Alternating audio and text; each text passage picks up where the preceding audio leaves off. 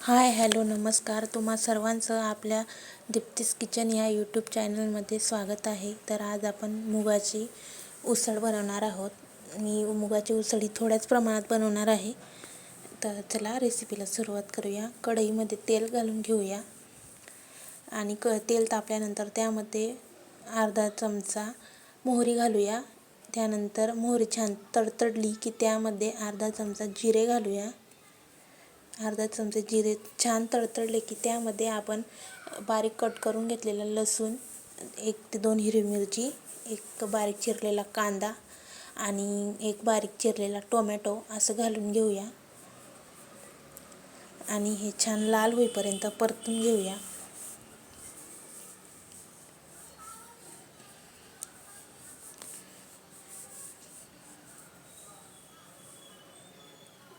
तुम्हाला जर जास्त तिखट आवडत असेल तर तुम्ही मिरची जास्त प्रमाणात कट करू शकता, पण मी हे माझ्या बाळासाठी बनवत आहे त्यासाठी मी कमी प्रमाणात बनवते.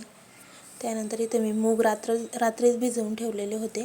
ते मूग छान भिजलेले आहे. आता यामध्ये हे मूग घालून घेऊया आणि छान परतून घेऊया. त्यानंतर त्यामध्ये आपला अर्धा चमचा हळद घालूया आणि अर्धा चमचा मीठ घालूया आणि छान परतून घेऊया.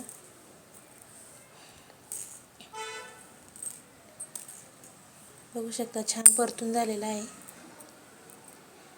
आता यामध्ये आपण पाणी घालूया. मी साधारण अर्धी वाटी पाणी घालून घेतलेलं आहे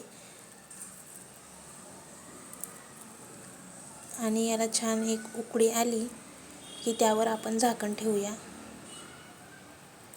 बघू शकता झाकण ठेवून आपण याला छान मस्तपैकी शिजवून घेऊया 15 ते 20 मिनटं लो टू मीडियम फ्लेमवर. बघू शकता हे शिजून मूग छान शिजलेले आहेत. आता त्यावर बारीक चिरलेली कोथिंबीर घालूया. बघू शकता आपली हेल्दी आणि टेस्टी रेसिपी तयार आहे. तुम्ही हे तुमच्या बाळांना देखील देऊ शकता. व्हिडिओ आवडल्यास लाईक करा, शेअर करा, सबस्क्राईब करा आणि कमेंट